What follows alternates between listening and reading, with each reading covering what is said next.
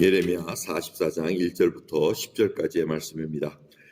애굽 땅에 거하는 모든 유다인 곧 믹돌과 다마네스와 녹과 바두로스 지방에 거하는 자에 대하여 말씀이 예레미야에게 임하니라. 가라사대 만군의 여호와 이스라엘 하나님이 이같이 말하노라. 너희가 예루살렘과 유다 모든 성읍에 내린 나의 모든 재앙을 보았느니라. 보라, 오늘날 그것들이 황무지가 되었고 거하는 사람들이 없나니 이는 그들이 자기나 너희나 너희 열조에 알지 못하는 다른 신들에게 나아가 분향하여 섬겨서 나의 노를 격동한 악행을 인함이라.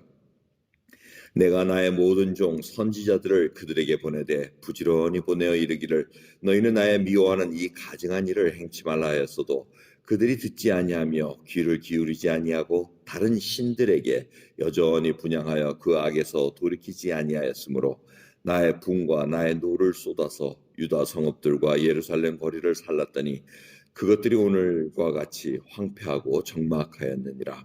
나 만군의 하나님 이스라엘의 하나님 여호와가 이같이 말하노라. 너희가 어찌하여 큰 악을 행하여 자기 영혼을 해하며 유다 중에서 너희의 남자와 여자와 아이와 젖먹는 자를 멸절하여 하나도 남기지 않게 하려느냐. 어찌하여 너희가 너희 손에 소위로 나의 노를 격동하여 너희의 가서 우고하는 애굽 땅에서 다른 신들에게 분향함으로 끊어버림을 당하여 세계 열방 중에서 저주와 모욕거리가 되고자 하느냐. 너희가 유다 땅과 예루살렘 거리에서 행한 너희 열조의 악과 유다 왕들의 악과 왕비들의 악과 너희의 악과 너희 아내들의 악을 잊었느냐. 그들이 오늘까지 겸비치 아니하며 두려워하지도 아니하고 내가 너희와 너희 열조 앞에 세운 나의 법과 나의 율례를 준행치 아니하느니라. 아멘. 오늘 예레미야 44장은 예레미야가 애굽 땅에서 지금 잡혀온 거죠. 자기가 원해서 오지는 않았습니다. 와가지고 지내는 동안 지금 하나님의 말씀이 애굽 땅에 거한 유대인 공동체에게 지금 향한 말씀입니다. 그래서 그 말씀의 줄거리는 뭡니까? 지금 예루살렘이 망한 걸 보지 못했느냐? 그 망한 이유가 뭐냐? 너희들이 우상을 섬겼기 때문에 내가 선지자를 통해서 그렇게 부지런히 그 우상 숭배하는 거에서 떠나서 하나님만 섬기라고 그렇게 했는데 듣지 않아서 그 재앙이 임했느니라. 그럼에도 불구하고 그걸 봄에도 불구하고 애굽 땅에 지금 나와 있는 유대인들의 모습을 봐라. 똑같이 지금 행하고 있지 않느냐. 그러니 그 예루살렘에 당했던 그 재앙이 이 애굽에 도망온 유대인들에도 임할 것이라는 그 말씀으로 지금 하고 계십니다. 오늘 말씀을 통해서 예레미야를 이렇게 데리고 오는 하냐냐의 그 일행들이 참 궁금합니다. 왜 예레미야를 거짓이라고 얘기하면서 꼭 데리고 다녔겠습니까? 왜 붙잡아가지고 끌고 다녔겠습니까? 그건 여러분들이 이제 상상에 맡겨야 되는데 그 거짓말하면은 분명히 거짓말한다고 생각하고 그냥 처단할 수도 있었을 것입니다. 죽여버리면 되던가 아니면 그냥 예루살렘에 놔두고 와도 되는데 끌고 온 이유는 혹이라도 이게 심중에는 알았다는 얘기죠. 이게 진짜 하나님의 말씀인데 이 데려가가지고 하나님의 말씀을 좀 듣고 아니면 이 예레미야를 데리고 가면은 하나님께서 좀 자기를 피해주지 않을까, 재앙에서 피해주지 않을까 이런 생각을 할 수도 있었을 것입니다.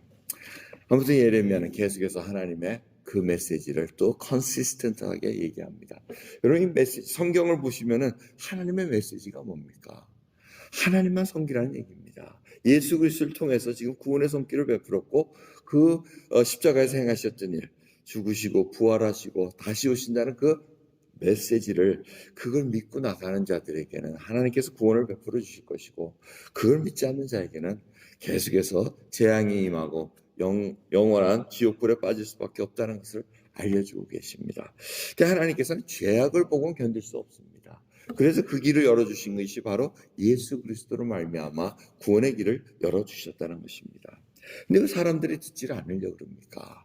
왜 그렇게 얘기를 해도 듣지 않으려는 건 하나님을 무시한다는 얘기입니다. 하나님 인정하지 않는다는 겁니다. 하나님의 주권을 인정하지 않는다는 겁니다. 우리가 이렇게 창조의 세계를 보면서도 하나님을 인정 안 한다는 것은 벌써 양심이 벌써 가려져 있었다는 겁니다. 딱딱해졌다는 겁니다. 그래서 하나님께서는 그 굳은 마음을 제어버리고 부드러운 마음을 주시겠다고 약속하고 계십니다. 성령을 통해서 하나님께서 거듭나게 하셔서 우리로 하여금 이제 하나님 볼 수 있는, 믿음으로 고백할 수 있는 그 믿음의 길을 열어주셨다는 것입니다. 여러분, 인간관계 중에서 제일 괴로운 게 뭡니까? 투명 인간 취급받는 거 아닙니까? 있는데 모른 척하고 그냥 이렇게 막 쌀쌀맞게. 와, 그거 얼마나 기분 나빠요. 당해본 줄 아시죠? 여기 얼마나 기분 나빠요. 뭐 거기다가 또 근데 하나님의 입장이 그렇다는 겁니다. 하나님께서 지금 유다 백성을 쫙 끌어와가지고 출애굽을 해가지고 가나안 땅에 집어넣는데 투명 인간 취급하고 투명 신 취급하는 겁니다. 모른 척하고 그렇게 얘기를 하고 그렇게 섬기라고 얘기하고 내가 참 신이다, 돌이나 이렇게 만든 거는 진짜 신이 아니다, 이렇게 얘기하는데도 안 듣습니다. 투명신 취급해버리니까 하나님께서 마음이 너무 아프신 겁니다.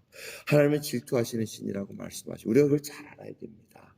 하나님은 우리를 자녀라면 자녀가 자꾸 다른 데 가서 부모님입니다, 뭐 아버님 어머님 하면서 섬기는 그런 자식이 있으면 뭐라 그러겠습니까? 얼마나 서글퍼지시겠습니까? 남편과 아내가 있는데 배우자들이 다른 사람들이 좋아가지고 가면은 그거 얼마나 기분 나쁘시겠습니까? 그와 똑같은 입장이라고 말씀하십니다. 하나님의 주권을 인정하지 않고 불순종하는 그 자들에게 그래도 하나님은 끝까지 회개의 손길을 계속해서 내밀고 계셨습니다. 그게 메주럽 되면, 관영하게 되면은, 목에 꽉 차게 되면은, 죄악이 꽉 차게 되면 하나님께서 심판을 내리고 징계를 내릴 수밖에 없다는 것을 우리는 기억을 해야 됩니다. 여러분, 10계명을 보시면은 제1계명이 너는 나 위에 다른 신을 내게 잊지 말게 할지니라고 이렇게 말씀하십니다. 그리고 쭉 나오고도 제10은 내 이웃의 집을 탐내지 말지니라고 얘기하십니다. 이 탐심은 바로 우상숭배라고 골로새서에서 말씀하고 계십니다. 10계명의 1계명과 마지막 계명은 사실은 이 사랑으로 다 점철져 있습니다. 이게 바로 하나님 외에 다른 신을 섬기지 말라는 겁니다. 그리고 자기가 갖고 있는 그 탐심, 이 우상숭배는 결국은 하나님 외에 다른 더 사랑하는 것이 바로 우상숭배라고 얘기합니다. 하나님으로 만족하면은 다른 사람들 것을 탐할 이유가 없다는 겁니다. 근데 남의 이웃, 남의 아내, 남의 남편, 남의 종, 남의 물건 이런 것들을 탐하는 것은 바로 우상숭배와 하나님을 무시한다는 것으로 요약을 할 수가 있다는 것입니다. 이 십계명은 결국 이 탐심이 바로 사랑으로 결론집니다. 1계명과 마지막 계명이 다 사랑입니다. 그래서 예수님께서 이 요약을 어떻게 하십니까? 제 첫째 된 계명이 하나님을 사랑하는 그 사랑으로, 요 1계명입니다. 그 다음에 이웃을 내 몸같이 사랑하는 그 이웃 사랑으로 딱 요약을 해버리십니다. 그게 마지막 10계명의 10번째 정말 요약본으로 이렇게 설명을 해주셨습니다. 여러분, 저희들이 정말 하나님의 다른 것을 사랑하는 것이 있다면 그것이 바로 우상이라는 겁니다. 교회 공동체 무리가 이렇게 모입니다. 예수 그리스도를 믿는 자들이 예수 그리스도 한 분만을 구세주로 모시고 살아가겠다 하지만 구세주는 예수라 그러면서 주인은 다른 주인을 섬길 수 있다고 제가 누차 말씀드렸습니다. 주와 구주가 되셨느니라. 이 말씀 속에 저희들의 믿음의 고백을 다시 한번 점검해야 됩니다. 정말 주인의 말씀을 내가 듣고 있는가? 하나님께서는 이 죄악을 두고는 그냥 넘어가실 수가 없습니다. 그러기에 예수 그리스도를 보내셨고 예수 그리스도를 믿은 후에도 이 죄악된 생활을 그냥 보고 계시지 못합니다. 그래서 성화의 과정을 걷게 하십니다. 우리 속에 육신의 정욕으로 했던 거, 하려고 하는 것들 그 하나하나를 성령 하나님께서 우리에게 알려주시면서 말씀으로 우리를 일깨워 주십니다. 그래서 죄악된 세상을 다 등지고 우리의 죄악된 삶을 버리고 거룩한 백성으로 자꾸 이끌어 가시는 그 과정을 우리가 잊지 말아야 된다는 것입니다. 오늘도 정말 하나님 앞에 우리의 심령을 점검해 봐야 됩니다. 하나님은 오래 참으시는 분입니다. 정말 이 유다 땅, 이 예루살렘을 망하기까지 정말 오래 참으셨습니다. 경고도 몇 번이나 보내셨는데 이들이 듣질 않았습니다. 오늘 말씀을 읽어보면 뭡니까? 왕과 남편을 탓하시는 것뿐만 아니고 왕비와 아내들까지 탓하십니다. 이거 보면 가정 전체가 그냥 완전히 뭉그러졌다는 겁니다. 남녀노소 할 거 없이. 그러니까 하나님께서 징계를 내릴 때는 남녀노소 어린아이까지 전부 다 처벌할 수밖에 없는 그런 상황인 것을 우리가 다시 한번 심각하게 생각해 봐야 됩니다. 오늘 시간, 귀한 새벽 시간을 내서 나오셨습니다. 하나님 앞에 다시 한번 내가 예수 그리스도 한 분, 하나님 한 분만을 섬기는 그 믿음의 길에 서 있는가? 아니면 다시 다른 우상, 하나님 외에 다른 것들을 더 사랑하는 것이 있다면 여러분 내려놔야 됩니다. 그게 돈일 수도 있고 자기 자존심일 수도 있습니다. 하나님 믿으면서도 자기 생각대로 하는 것 하나님 못 견뎌 하십니다. 하나님 말씀 안에서 정말 하나 되어 주님과 하나 되어 나갈 수 있는 귀한 그런 믿음의 길 걸어가시기를 간절히 예수 그리스도를 기도합니다. 기도하겠습니다. 하나님 감사합니다. 오늘도 귀한 하나님 말씀 속에서 우리들이 어려움을 당하고 있다면 정말 우리가 다시 한번 우리의 신앙을 점검하기를 원합니다. 정말 하나님 한 분만을 섬기는 저희들인가 살펴볼 수 있는 시간 주시고 감사합니다. 세상의 악에 우리가 묻혀 살지만은 아버지 저희가 그 속에 속해 있지는 않습니다. 하나님의 백성으로 빼내어 우리를 살아가게 하셨사오니 아버지 거룩한 백성으로 살아갈 수 있도록 오늘도 족한 은혜 부어주옵소서. 감사드리며 우리 예수 그리스도의 이름으로 기도드리옵나이다. 아멘.